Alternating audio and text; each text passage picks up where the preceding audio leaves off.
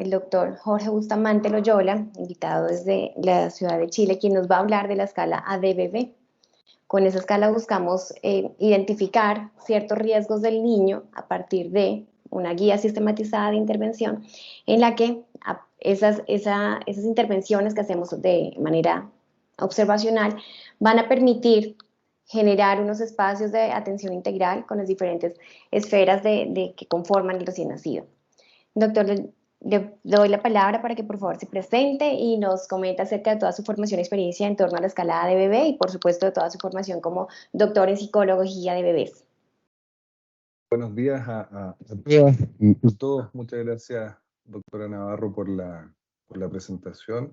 Ok, mi nombre es Jorge Bustamante, yo soy psicólogo de bebés.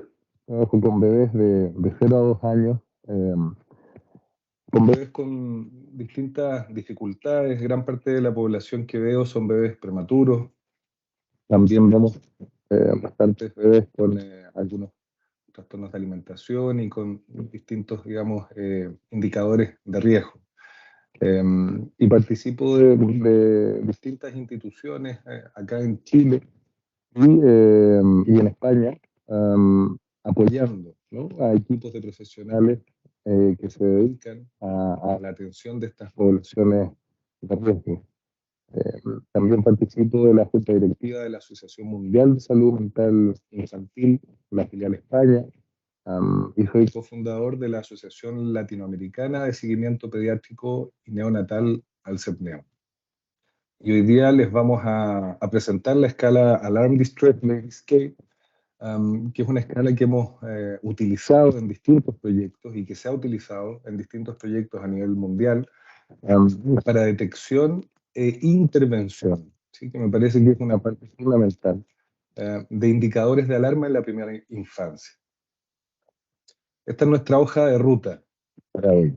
Vamos a partir con la problematización, ¿no? Uno de los primeros elementos que nos empezó a preocupar, nos empezó a hacer ruido, a llamar la atención, digamos, a mí con todo el equipo que trabajamos detrás, a propósito de qué ocurría con las evoluciones en salud mental de los prematuros, lo que íbamos viendo en los controles de seguimiento a través de los distintos programas. Jorge, perdón, te interrumpo un momento, es que hay hay interferencia, hay momentos en que se escucha muy bien, pero hay otros en que no.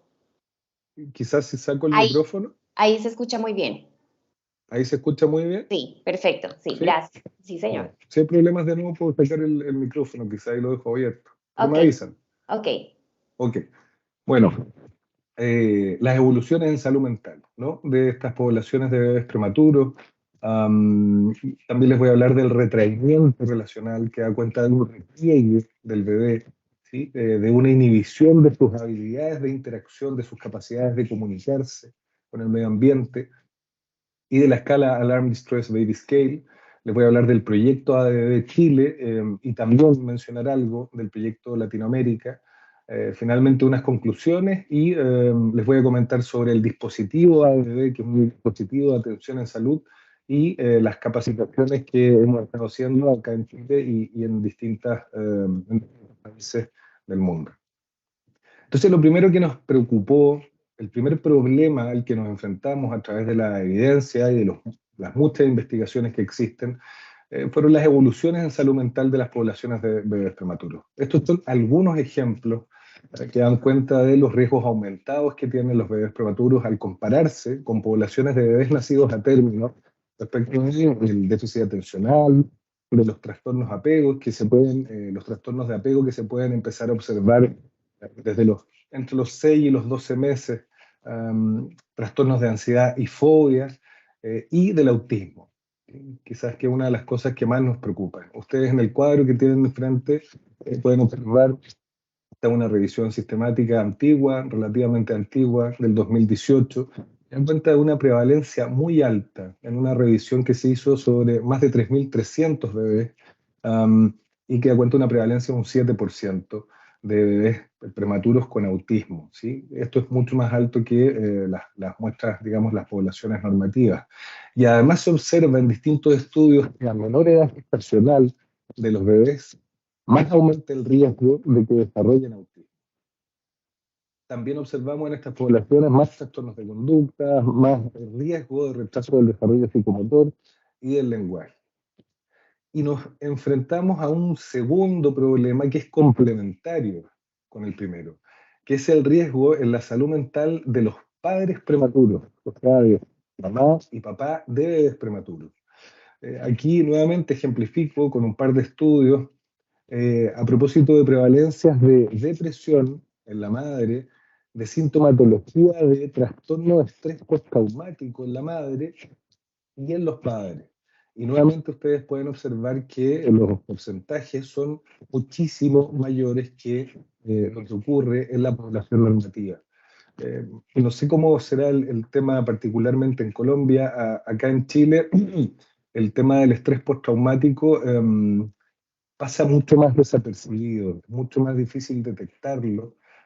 Lo que sí se conoce y se maneja, como en muchos lugares, es lo de la escala de Limburgo, que se suele aplicar más o menos, por lo menos se reconoce la sintomatología más ruidosa, pero el estrés postraumático, que es muy común en los padres y las madres de prematuros, tiende a ser mucho más silente, ¿sí? Habla más de congelamiento, pero instala muchas dificultades en el espacio de relación del bebé con sus padres. ¿Sí? Y es algo que tenemos que empezar a aprender, tenemos que aprender a detectarlo.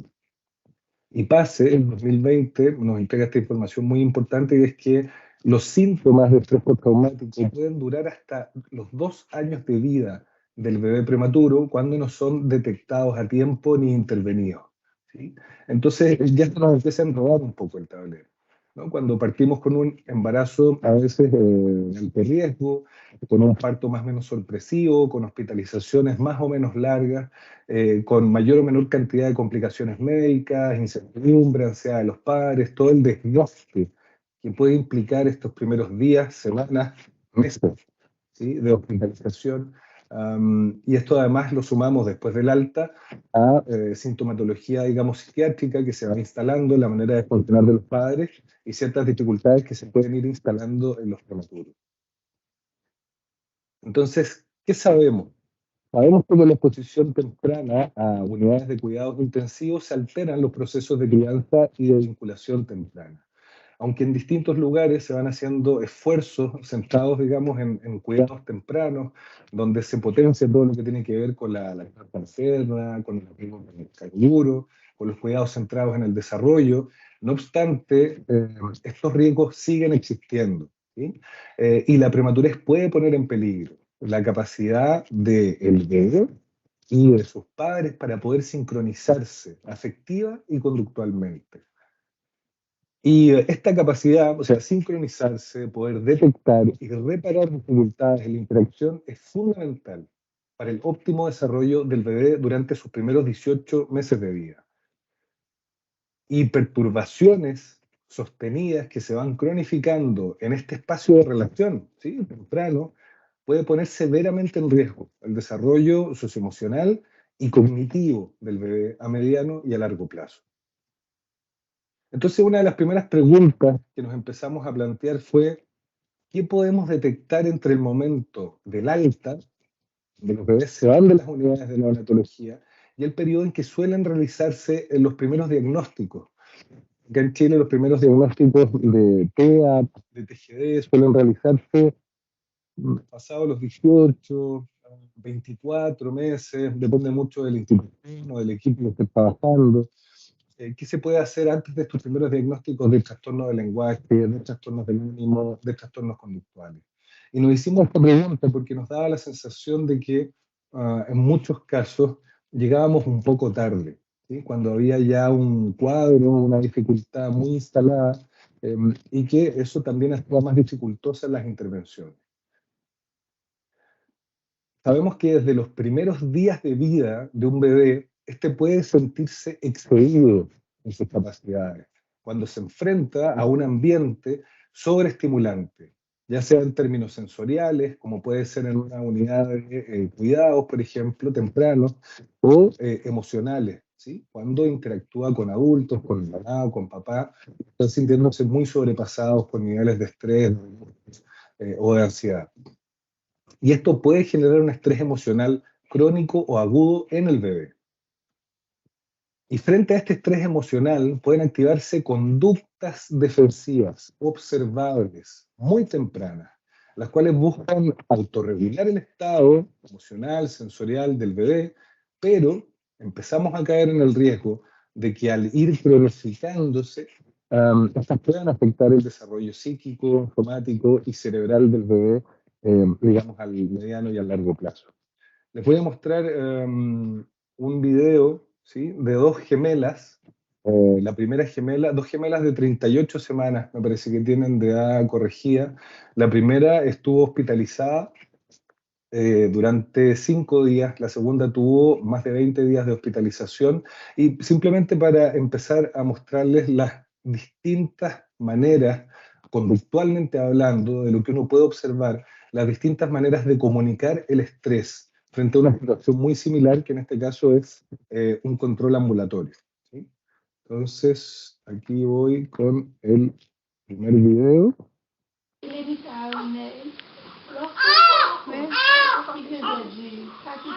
Está muy linda. Skeleton. De color. Quel color? Il a un color, ça? Jeune. Dice que tiene el ojo con secreción amarilla. Esa era la bebé 1, ¿sí?, la que estuvo hospitalizada 5 días. Y frente a una situación muy común, que es un control ambulatorio, el examen físico, la bebé llora, ¿sí?, muy intensamente. Uno se puede imaginar que está pidiendo ayuda, que está llamando a mamá para poder calmarse, se activa corporalmente, mueve su cuerpo, cambia la expresividad de su rostro, o sea, nos comunica de manera muy clara, ¿sí?, que se siente estresada, y está tratando de comunicarlo. Y esta es la hermana gemela en la misma consulta frente a la misma, digamos, neonatóloga.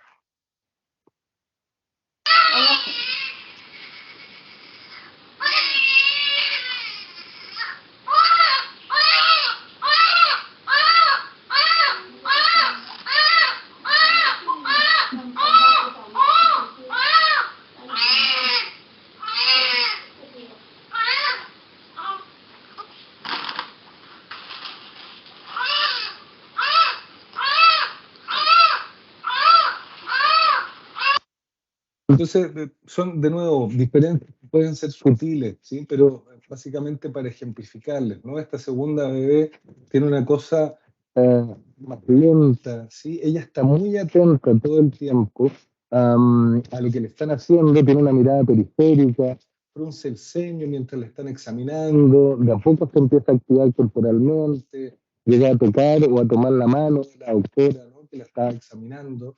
Y el llanto que se escucha de fondo es el de la hermana gemela, ¿sí?, que todavía sigue, digamos, comunicando muy intensamente el estrés que sintió. Entonces, desde muy temprano, los bebés pueden empezar a mostrar distintas maneras, digamos, o distintas maneras de poder hacer frente, ¿no?, a situaciones estresantes, distintas maneras de comunicarlo. Actualmente acá en Chile se utiliza, y voy a nombrar algunas de las escalas en programas de seguimiento. Se utilizan escalas de desarrollo psicomotor que no evalúan la parte de lo socioemocional. Se utiliza el Ages and Stages Questionnaire, ¿sí?, la tercera versión, en algunos lugares desde los 12 meses. Ahora este es un cuestionario que la parte de la evaluación socioemocional se dirige a través de preguntas que tienen que responder los padres. Y nosotros sabemos que cuando la salud mental de los padres puede estar afectada, lo que es muy común en el caso de las poblaciones de papás de prematuro, lo que ven los padres puede ser un poco distinto a lo que un profesional, digamos, está observando de manera externa. En otros lugares se utiliza el MCHAT, ¿sí?, para ir evaluando síntomas de trastorno de espectro autista. Y la propuesta del proyecto, la propuesta inicial, fue que desde los 2 meses de edad corregida podríamos detectar, intervenir y quizás prevenir. ¿Y qué podemos detectar antes? El retraimiento relacional sostenido, ¿sí?, que es detectable desde los 2 meses de vida con la escala Alarm Distress Baby Scale, que la voy a describir, digamos, en detalle más adelante. ¿Cómo se define el retraimiento? De muchas maneras se ha definido como una señal clave de estrés, sufrimiento emocional temprano y de desregulación de la sincronía interaccional entre un bebé y sus padres. Una conducta defensiva observable que puede cronificarse y que puede poner en riesgo el desarrollo social, emocional y cognitivo del lactante. Y probablemente como la primera señal de alarma de riesgo en el desarrollo socioemocional del bebé. Entonces, sobre el retraimiento relacional vamos a seguir profundizando un poco. Les quiero mostrar un video de Tronic que deja de manera muy clara, muy gráfica, explica qué es lo que puede ocurrir cuando un bebé se enfrenta, ¿no? A un adulto, en este caso a una mamá, que está simulando lo que podría ser un adulto cursando por un episodio depresivo, moderado o severo. Sí, este video es el experimento del still face, que probablemente muchos lo han visto, pero igualmente lo voy a compartir con ustedes. Babies this young are extremely responsive to the emotions and the reactivity and the social interaction that they get from the world around them. This is something that we started studying 30, 40 years ago, when people didn't think that infants could engage in social interaction. In the still face experiment, what the mother did was she sits down and she's playing with her baby, who's about a year of age. Are you my good girl? Oh. And she gives a greeting to the baby gives a greeting back to her. Yeah.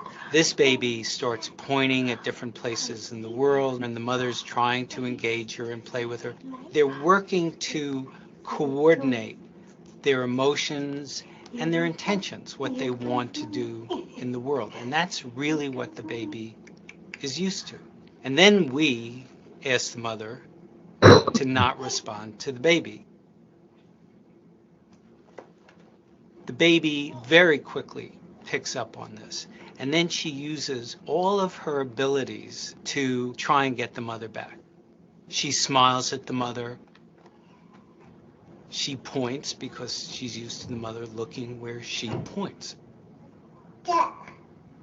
The baby puts both hands up in front of her and says, "What's happening here?"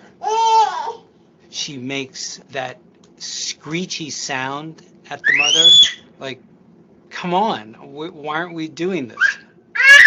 Even in this 2 minutes, when they don't get the normal reaction, they react with negative emotions, they turn away, they feel the stress of it, they actually may lose control of their posture because of the stress that they're experiencing. Okay. I'm here. And what are you doing? Oh, yes. Oh, what a big girl. It's a little like the good, the bad, and the ugly. The good is that normal stuff that goes on, that we all do with our kids. The bad is when something bad happens, but the infant can overcome it. After all, when you stop the still face, the mother and the baby start to play again. The ugly is when you don't give the child any chance to get back to the good. There's no reparation, and they're stuck in that really ugly. Ok. Entonces, esto es lo que nos preocupa. Y como decía Tronic, lo malo, ¿no? Cuando esta manera de funcionar, esta manera de comportarse poco saludable, esta manera de relacionarse en el espacio que existe entre bebé y mamá y papá, poco saludable, empieza a cronificar. Y frente a estas interacciones poco saludables, los bebés empiezan a desarrollar tempranamente estas conductas defensivas observables, ¿sí? Que pueden empezar a poner en riesgo su desarrollo, pero que al mismo tiempo nosotros podemos detectar e intervenir tempranamente. Y mientras más temprano uno, digamos, detecta e interviene, el efecto suele ser mucho más eficiente. ¿Qué es el retraimiento relacional? Es un signo de una perturbación en la capacidad de adaptación mutua de la diada o de la triada. No vamos a dejar fuera al papá, bebé, mamá, papá, o bebé, mamá, mamá, bebé, papá, papá, depende de la configuración familiar. Es una defensa observable ante la intrusividad por una parte, o la ausencia materna o del cuidador significativo, también ha sido definido como un trastorno reactivo del apego. La manifestación clínica, ¿qué es lo que vemos?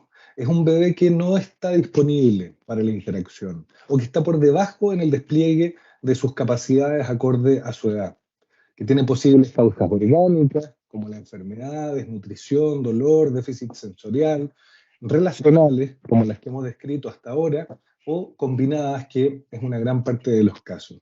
Y implica un sufrimiento en el bebé. El nombre en francés, yo no sé francés, así que me disculpo de antemano por la pésima pronunciación, pero alarm de tres bebé, y de tres en francés significa angustia, socorro.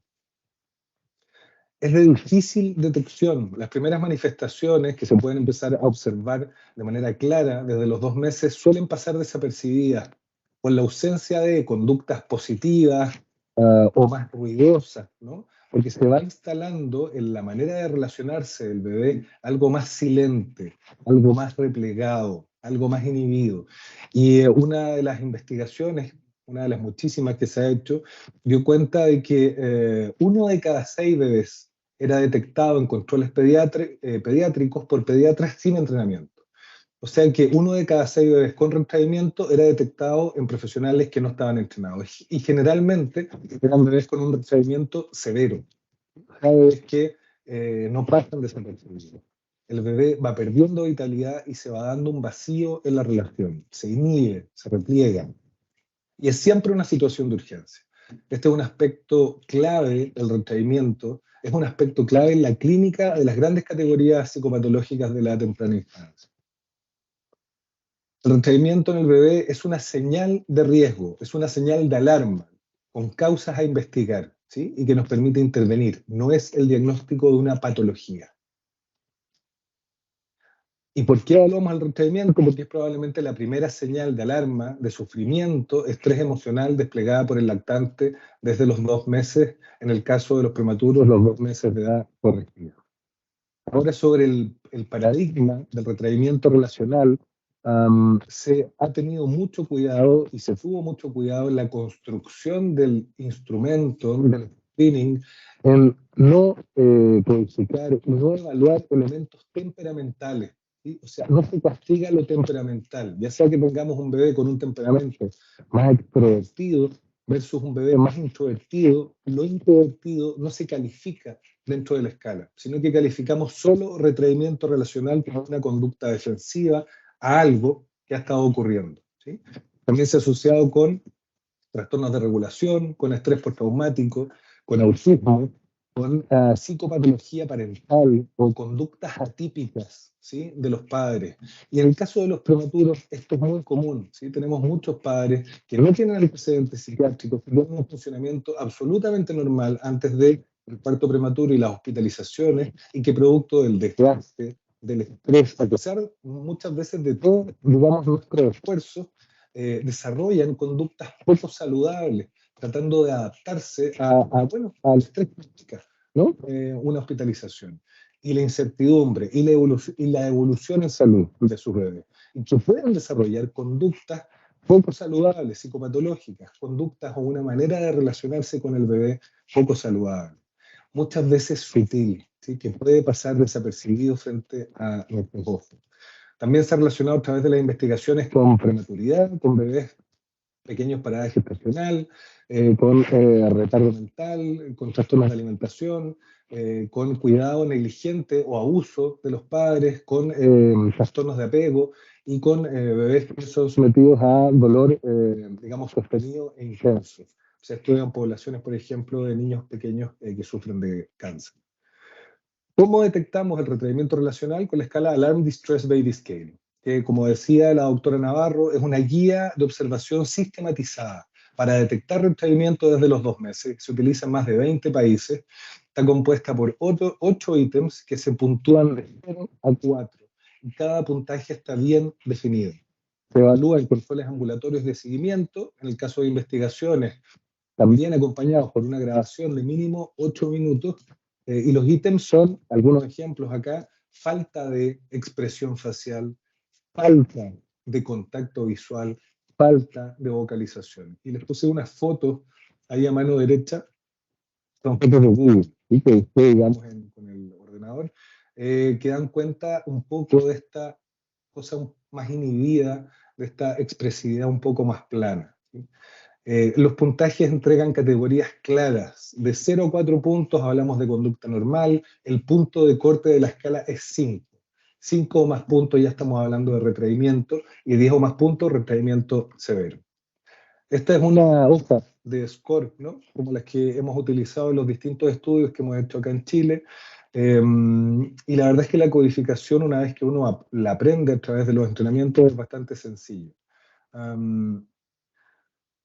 Se han hecho muchos estudios en poblaciones de riesgo, en bebés nacidos a término, entre un 3 y un 15%, ¿no? Las prevalencias de retraimiento, en las poblaciones de prematuros hay un odds ratio más alto, y los porcentajes han ido entre un 11 y un 22%. Se han estudiado poblaciones de bebés con labio leporino y paladar hendido, poblaciones con muchas variables de riesgo psicosocial. Ese fue un estudio precioso que hicieron en Uruguay con Bonifacino, en bebés con cardiopatía congénita que han sido intervenidos a intervención quirúrgica, han sido sometidos a intervención quirúrgica a los 2 meses de vida, y en bebés con síndrome de Prader-Willi, que dan cuenta, digamos, de niveles de retraimiento muy altos en la población.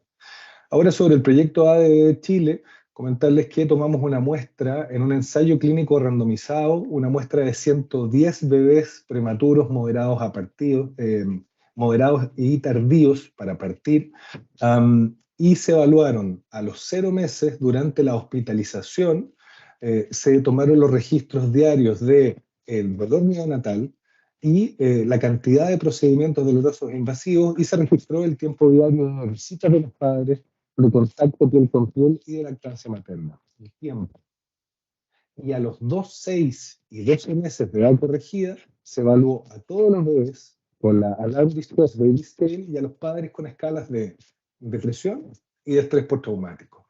Los bebés del grupo experimental atendían a consultas con neonatólogos entrenados en la escala ADB, y los bebés del grupo de control atendían a consultas de cuidado pediátrico rutinario. No obstante, todos los bebés que presentaban retraimiento a los 12 meses, que era el último momento de la evaluación del estudio, se les ofreció posterior evaluación e intervención, obviamente por un tema ético. Esto ya lo vimos. Entonces, el año 2014, Bonifacino hizo la primera experiencia de entrenar a equipos de pediatras y ver el efecto que esto tenía en los niveles de retraimiento relacional de los bebés, y estructuró una primera modalidad de intervención, ¿sí? Y lo que hicimos nosotros fue que protocolizamos esta intervención, la tomamos y la definimos paso a paso. Y aquí hay una síntesis, hay un resumen muy sintetizado de lo que es la intervención, ¿no? O sea, primero se le enseña al profesional, lo capacita en poder detectar el retraimiento relacional, lo primero. Y luego, lo más difícil, aprendemos a acompasarlo con el ritmo de interacción de un bebé retraído. El retraimiento suele generar 2 respuestas extremas en nosotros, en los profesionales. Por una parte está la sobreestimulación, ¿sí? Para hacer que este bebé aparezca, ¿no? Y por otro lado está la evitación. O sea, tenemos controles con mucha sobreestimulación, o tenemos controles que son muy silentes, muy silenciosos, con muy poca interacción entre el pediatra y el bebé. Y les enseñamos a tomar cada uno de los elementos positivos de interacción social que aparecen en los controles, subrayarlo y mostrárselo a los padres, hacer de puente, ¿sí? Y además desarrollamos una guía escrita en el proyecto de investigación que nos servía, digamos, para potenciar el efecto de estos 3 momentos de intervención, que era en el control de los 2, el de los 6 y el de los 12 meses de edad corregida. Esta es una foto de la primera publicación. Participaron profesionales de 4 instituciones distintas de 3 países, de Clínica Alemana, de Santiago de Chile, el Hospital San José de Santiago de Chile, del Hospital Bichat Claude Bernard, nuevamente me disculpo por mi francés, el doctor Antoine Guéheney, que es el autor de la escala, y que ha estado trabajando todos estos años con nosotros, y gente de la Asociación Mundial de Salud Mental Infantil de la filial España. Elegimos estas dos instituciones además porque acá en Chile la diferencia que existe generalmente entre el servicio público de salud y el servicio privado es muy importante, ¿sí? A mano izquierda ven una foto del Hospital San José. Este se encontraba ubicado en una comuna que tenía alrededor de un 20% o más de un 20% de pobreza, además de indicadores altos de delincuencia, tráfico, etcétera, y Clínica Alemana de Santiago, que estaba ubicado en una comuna que tenía menos de un 1%, menos de un 1% de pobreza, versus un 20%, ¿no? Y una de las ideas de nuestro proyecto, justamente en la nueva publicación que vamos a hacer, es poder comparar las diferencias entre estas dos muestras, ¿sí? Entonces, resultados principales del estudio. Aquí tenemos dos columnas, la columna verde, calipso, da cuenta del porcentaje de bebés retraídos en el grupo de control, y la columna lila o morado da cuenta del porcentaje de bebés retraídos del grupo experimental. Entonces, a los 2 meses teníamos un 4% de los bebés del grupo de control con retraimiento y un 22% de los bebés del grupo experimental con retraimiento. No teníamos cómo prever esto. ¿Por qué? Porque la randomización se realizaba dentro de las primeras 48 horas de vida. Y en la primera evaluación con la escala Alarm Distress Baby Scale se hace a los 2 meses, y en el caso de los prematuros, 2 meses de edad corregida. Pero bueno, se dio así. Vimos que a los 6 meses, después de 2 intervenciones, el porcentaje de retraimiento de los bebés del grupo experimental había disminuido de manera significativa a un 6%, y en el grupo control, que no estaba siendo intervenido, o sea que tenía cuidado pediátrico rutinario, iba aumentando, ¿no? Y a los 12 meses, luego de la tercera intervención, vemos que el retraimiento había disminuido un poco más en el grupo experimental, y que el nivel de retraimiento en el grupo de control seguía aumentando, ¿sí? Lo que nos dice que el retraimiento, cuando no se detecta y se interviene, tiende a aumentar, y además de que esta intervención, digamos, daba cuenta de ser eficiente en poder disminuir el retraimiento. Perdón. Además encontramos correlaciones entre los niveles de retraimiento de los bebés a los 6 meses y a los 12 meses de vida con los síntomas de depresión postparto y de estrés postraumático de la madre y los síntomas de estrés postraumático del padre. O sea que salud mental del bebé con salud mental de los padres son variables que se afectan, o sea, se relacionan, digamos, las unas con las otras. Partimos con un proyecto. Esto se ha ido extendiendo a lo largo de Santiago. El año pasado partimos con un proyecto de investigación con una población de prematuros extremos, ¿sí? Prematuros menores de 32 semanas, menores de 1.500 gramos al nacer. Se está desarrollando otro proyecto para poder hacer intervenciones basadas en la telemedicina, ¿sí? También en poblaciones de prematuros. Y bueno, se van desarrollando distintos proyectos a lo largo de algunas de las conclusiones a las que llegó el equipo de investigación es que la intervención reduce significativamente el retraimiento al compararlo con el cuidado pediátrico rutinario, ¿sí? Que este tipo de evaluación e intervención beneficia al niño y a su familia al reducir la prevalencia del retraimiento y los posibles resultados negativos asociados. Y también nos habla de la importancia de incluir una evaluación e intervención estandarizadas de indicadores de estrés emocional, ¿sí? En nuestros programas de seguimiento, ya que esto puede reducir el riesgo del desarrollo de psicopatologías posteriores. Además, el equipo se puso varios desafíos, ¿no? Poder evaluar el efecto de esta intervención a lo largo del neurodesarrollo, y se encuentran en este minuto investigando esto, relacionándolo con resultados de los BIS que se aplican a los bebés de los programas de seguimiento, a los niños, de los BISC, etc. Definir grupos de mayor beneficio en la aplicación de la ABB y implementar herramientas de evaluación e intervención en salud como cuidado estándar, ¿sí? Dentro del seguimiento de prematuros. Esta es parte del equipo investigador. Estos son algunos comentarios de el segundo proyecto que se centra en bebés menores de 32 semanas y de menos de 1.500 gramos de peso al nacer. Y ellos hablan de que el entrenarse en la escala les ha permitido nombrar eso que antes llamaban como que algo andaba mal, ¿sí? O como que me dio una mala sensación, me pareció un poco raro, pero no tenían cómo categorizar o cómo codificar, ¿sí? Lo que le ocurría a ese bebé. Dice, ellos nos contaban, ¿no? Que pudieron aprender una metodología bien establecida que les permitió cuantificar, clasificar y poder intervenir en un periodo que consideran de gran neuroplasticidad. Les permitió entregar una atención más integral y también dentro de las dificultades nos contaban las primeras semanas, sobre todo, que era incluir una nueva escala, ¿no? Además de todos los otros elementos en los que están pensando al momento de los controles y evaluando desarrollo motor, neurológico, etc. Pero ya luego de las primeras semanas nos decían que una vez incorporado, digamos, el chip, ¿no? De poder evaluar con la escala, ya se les hacía, digamos, sencillo. Conclusiones. Contamos con evidencia que establece relaciones entre el retraimiento relacional, la prematuridad, poblaciones con riesgo psicosocial, bebés con labio leporino y paladar hendido y otras condiciones médicas. Estos son algunos de los porcentajes de retraimiento de poblaciones de bebés en distintos estudios. Me interesa mostrarles los de algunos países de Latinoamérica, sobre todo en Uruguay, que se hizo en una población con muchos factores de riesgo psicosocial, que llegó a un 25%, en Argentina un 15%, acá en Chile un 13,1%, pero ustedes ven dos porcentajes abajo, ¿no? Abajo del 13%. El primero dice 7,8%, que es de los bebés del servicio de salud privada, ¿sí? Y un 18,8% que son los bebés del servicio de salud público, que son los que tienen los mayores, digamos, la mayor cantidad de variables e indicadores de riesgo psicosocial, ¿sí?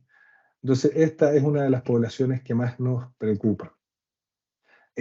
Más conclusiones, sabemos que asistir a controles, cuando los bebés asisten a controles por pediatras entregados en la escala, disminuye significativamente las conductas de retraimiento durante su primer año, año y medio de vida.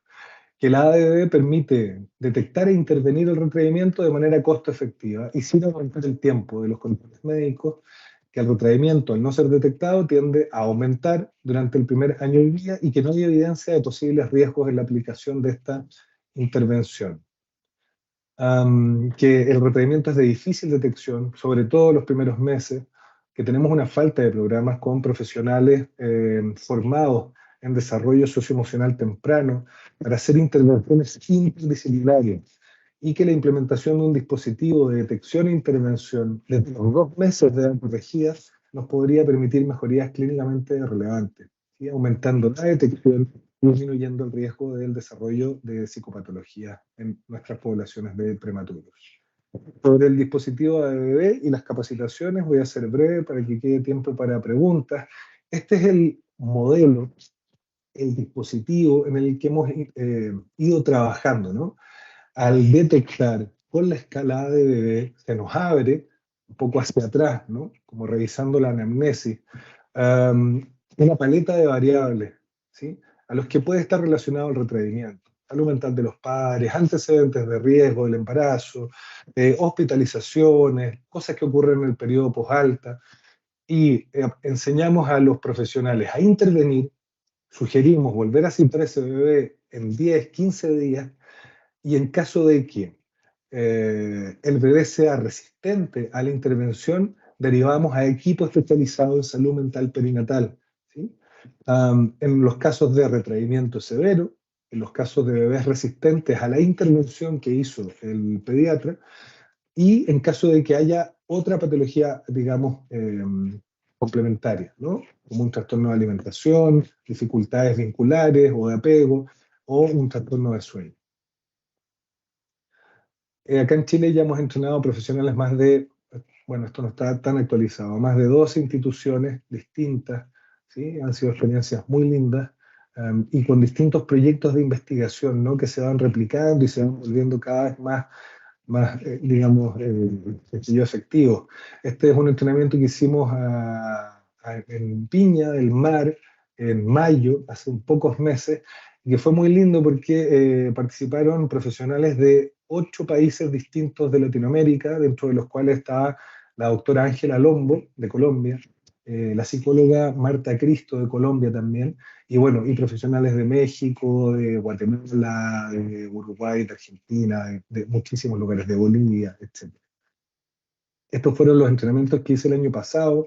Fuimos a entrenar gente en distintas ciudades de España, ¿sí? En Madrid, en Valencia, perdón, en San Sebastián, ¿sí? Y en Barcelona, y equipos interdisciplinarios, ¿sí? Que a través de la escala permiten, esta escala les permite aprender un lenguaje en común, ¿sí? Había un psicomotricista, un fisioterapeuta, un neonatólogo, un psicólogo, y al hablar de un 5, que es el puntaje, el punto de corte, todos saben a qué nos estamos refiriendo, ¿no?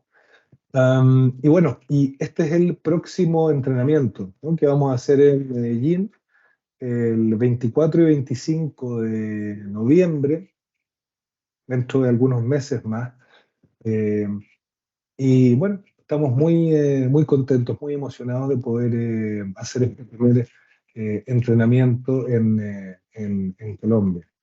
Am, Aquí pueden ver un poco cómo funciona un entrenamiento. Esto no es exactamente cómo se va a hacer. Y, las fechas son 24 y 25 de noviembre. Esto se divide en 15 horas de entrenamiento durante 2 días. Y el entrenamiento es principalmente práctico, ¿sí? Hay 2 módulos teóricos, 5 módulos de observación de videos. Esto es ver videos de bebés de distintas edades, desde desarrollo normal a bebés con cada vez más retraimiento, y aprender a codificar, utilizar la escala. Suelen ser espacios muy interesantes con profesionales, digamos, o sea, distintos profesionales que trabajan con bebés entre 0 y 2 años, y se aprende, digamos, muchísimo. Aquí está el correo al que hay que escribir en caso de que haya gente interesada, ¿no? Dice secretaria2.alcepneo@gmail.com. Ya hay mucha gente inscrita, ¿sí? Así que en caso de que alguien se interese, sugiero enviar un correo para preguntar. Y bueno, y en caso de que a alguien le quede alguna pregunta o que si yo quiera algún texto, alguna referencia o hacer un comentario, ahí les dejo mi correo personal.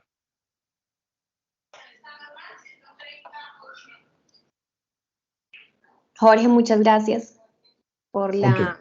por la presentación muy clara y lo interesante de esto creo que es que nos permite seguir cultivando y creando nuevos espacios de eso saber y experiencia que para pues nosotros es absolutamente innovador y escuchar que vas a tener o van a empezar a hacer esa socialización de esta información en Colombia pues es muy grato y claro, pienso que eso que empezaste a mencionarnos al principio y es que la construcción de la escala y el desarrollo de ella ha tenido mayor fuerza en países con mayores recursos que los países latinoamericanos. Pero así como tú lo mencionas, es una estrategia totalmente costo efectiva que no requiere un recurso muy grande, sino más que eso es la voluntad y la competencia de los profesionales que hacen intervención. Así que, pues, definitivamente es algo invaluable de este espacio que nos has permitido compartir.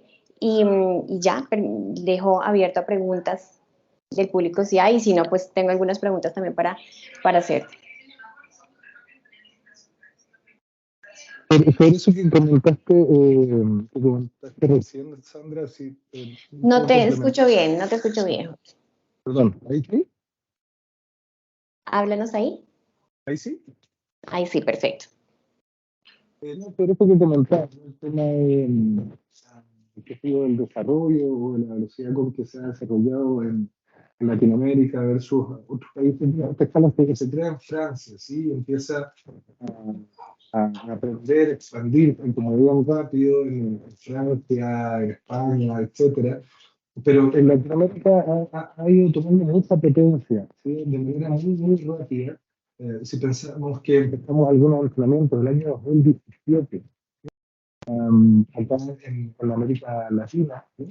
Empezamos a tener más gente acá en Chile, empezamos a tener un poco más de gente en Argentina.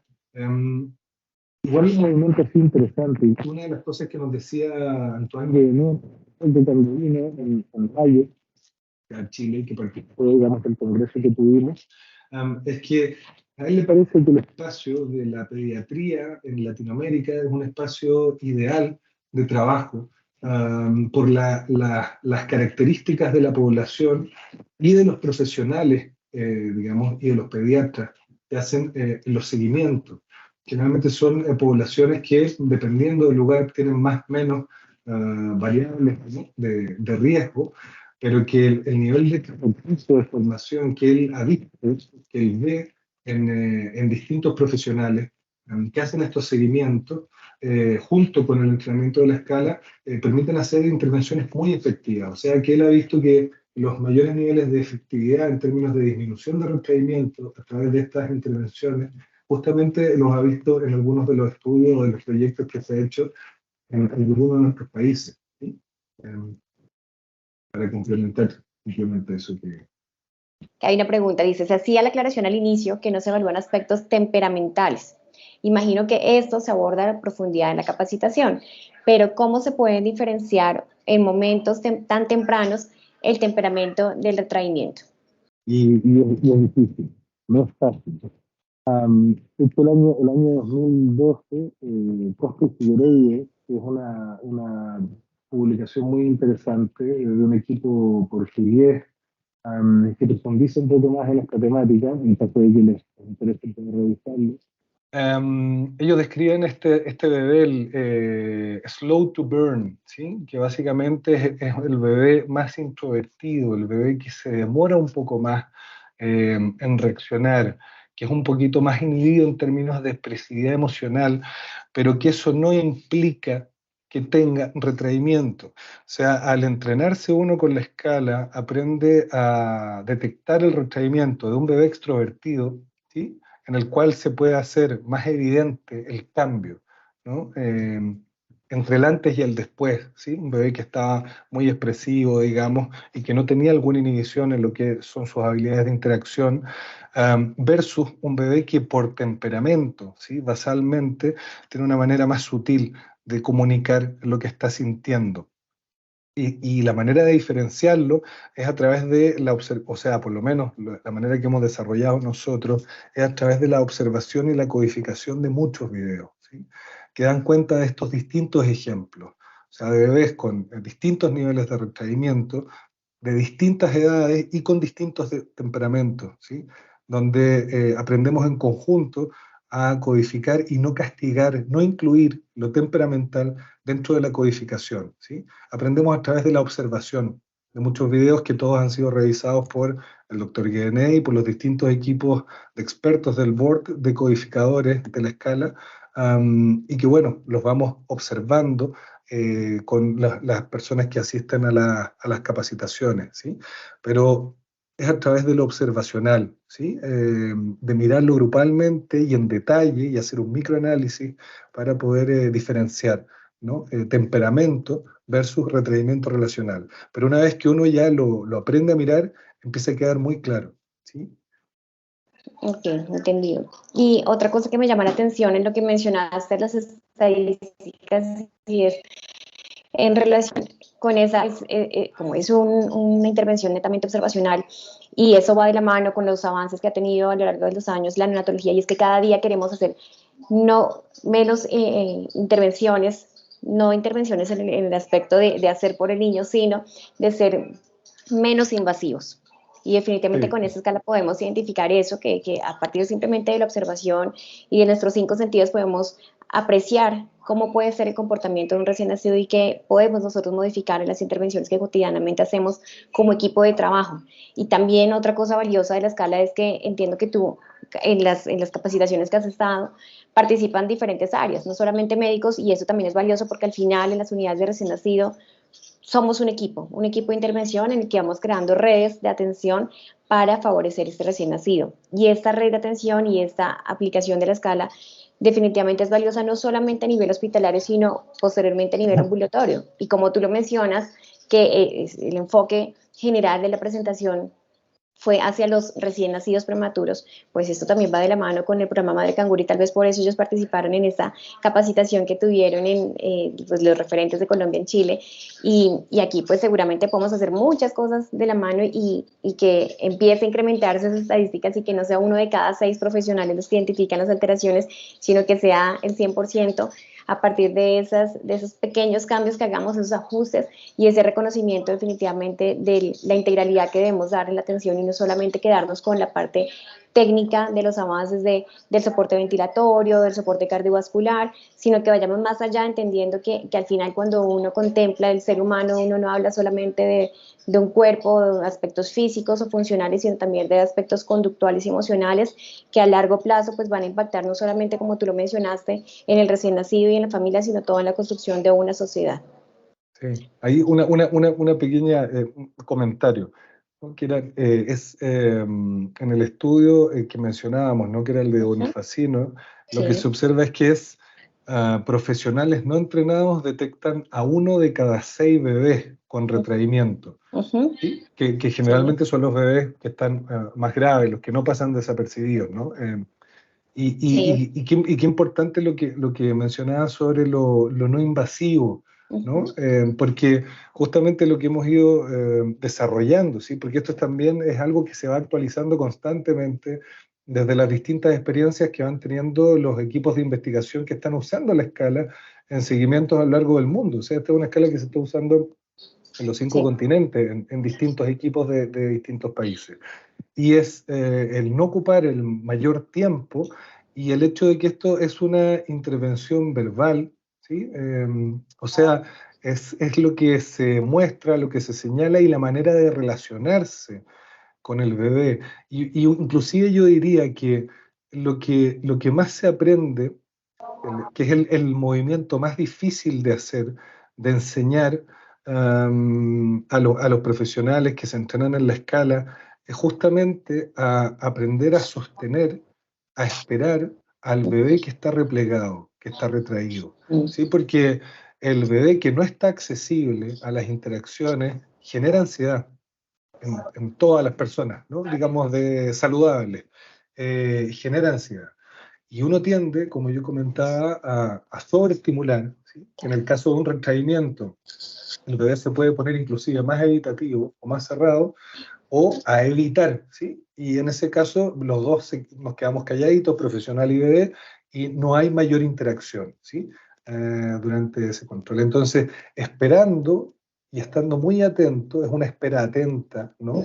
Y disponible, es que el bebé empieza a mostrarse, empieza a aparecer, y cuando aparece es que uno hace el enganche con los padres, ¿sí? Y lo que ustedes comentan, cuando digo ustedes me refiero a todos los profesionales que hacen controles ambulatorios, a pediatras, a neonatólogos y a distintas subespecialidades, lo que ustedes le dicen, lo que ustedes le comentan a los padres de un bebé de 2 meses, de 4 meses, de 6 meses, de 1 año, tiene un impacto muy grande y puede ser utilizado de manera muy positiva, ¿sí? Perdón que me haya extendido, pero quería... No hay problema, está muy bien.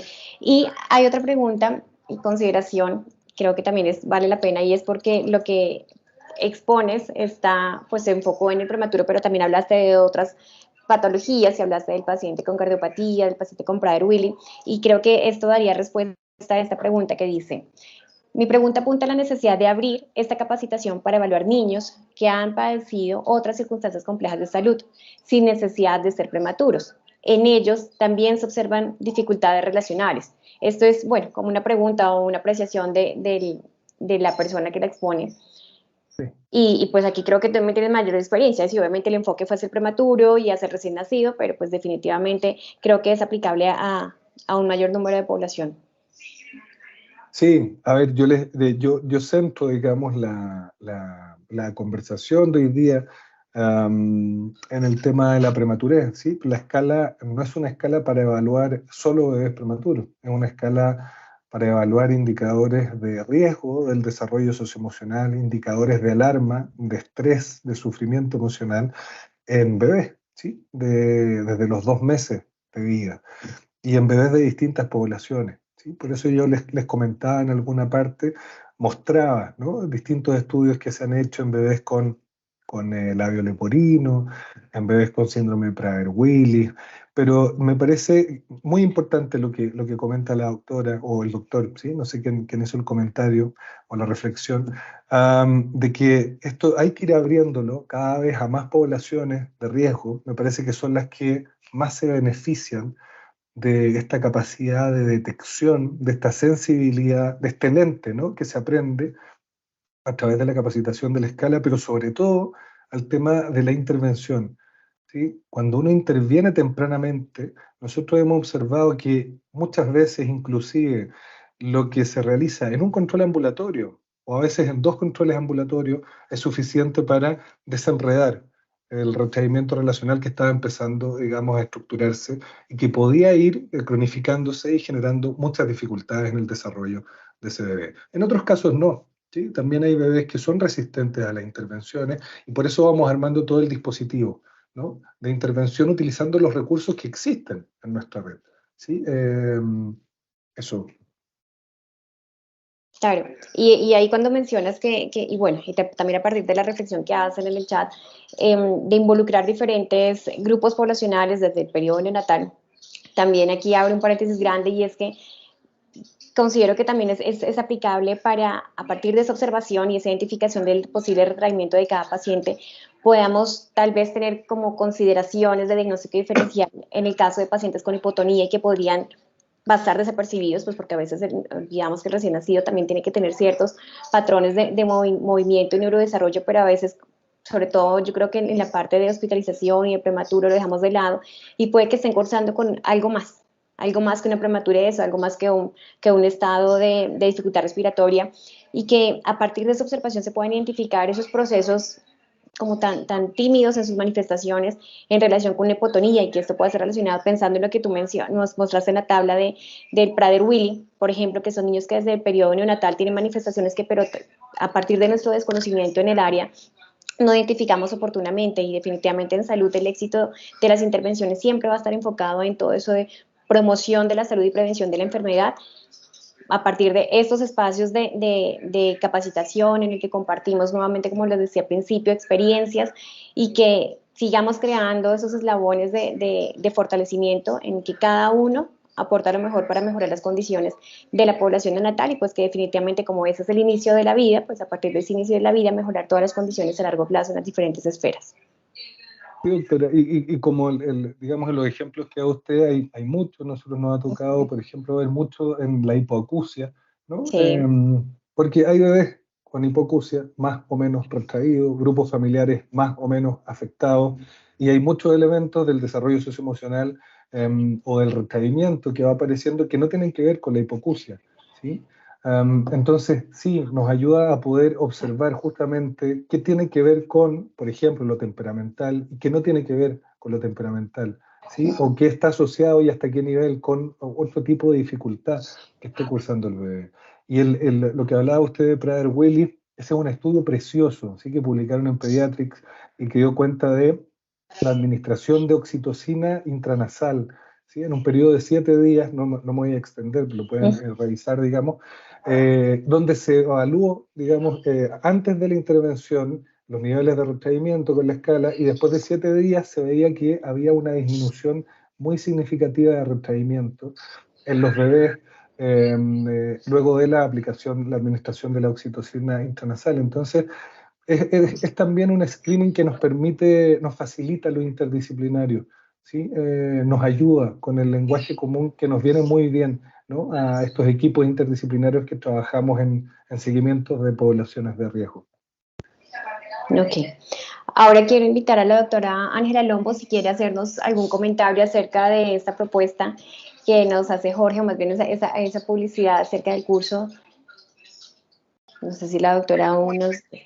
Por aquí. Hola, Ujú. muy buenos Sí, días señor. a todos. Muchísimas gracias, Jorge, por esta conferencia, por ayudarnos a sensibilizar sobre este tema.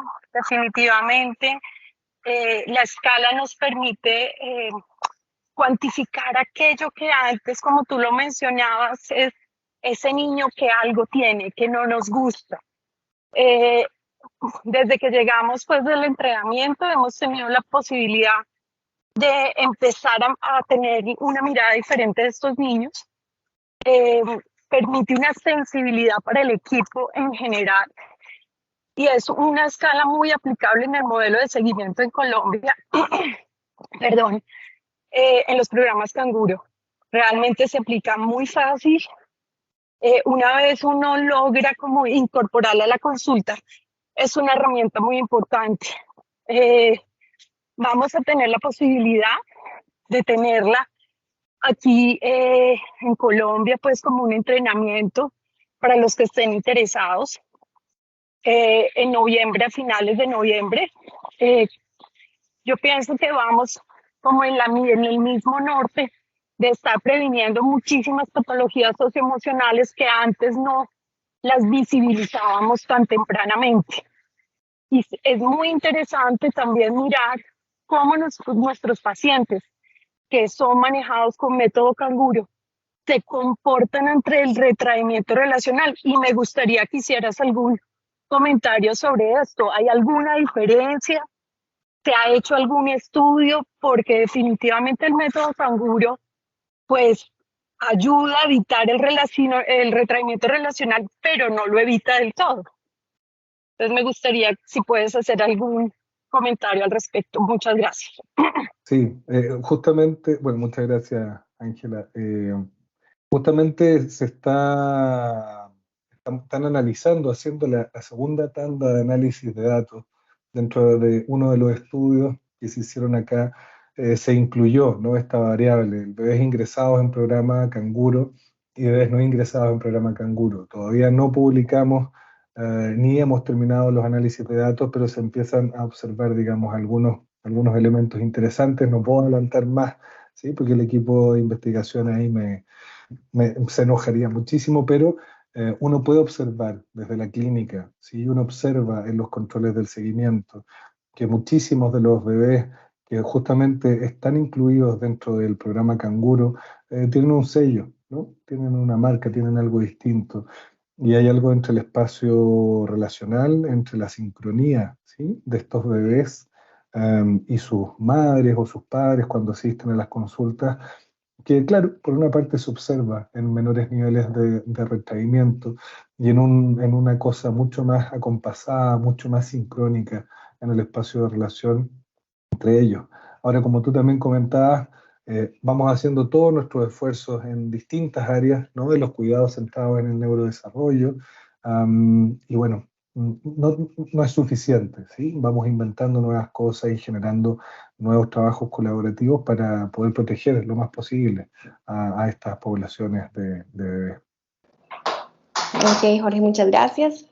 Cerramos por hoy. Entonces, bueno, Jorge Bustamante Loyola, doctor en psicología de bebés, y pues esperamos que próximamente entonces después empiecen a haber reuniones aquí, actividades, socializando toda esta información. Muchas gracias a todos por la participación y nos vemos el próximo mes.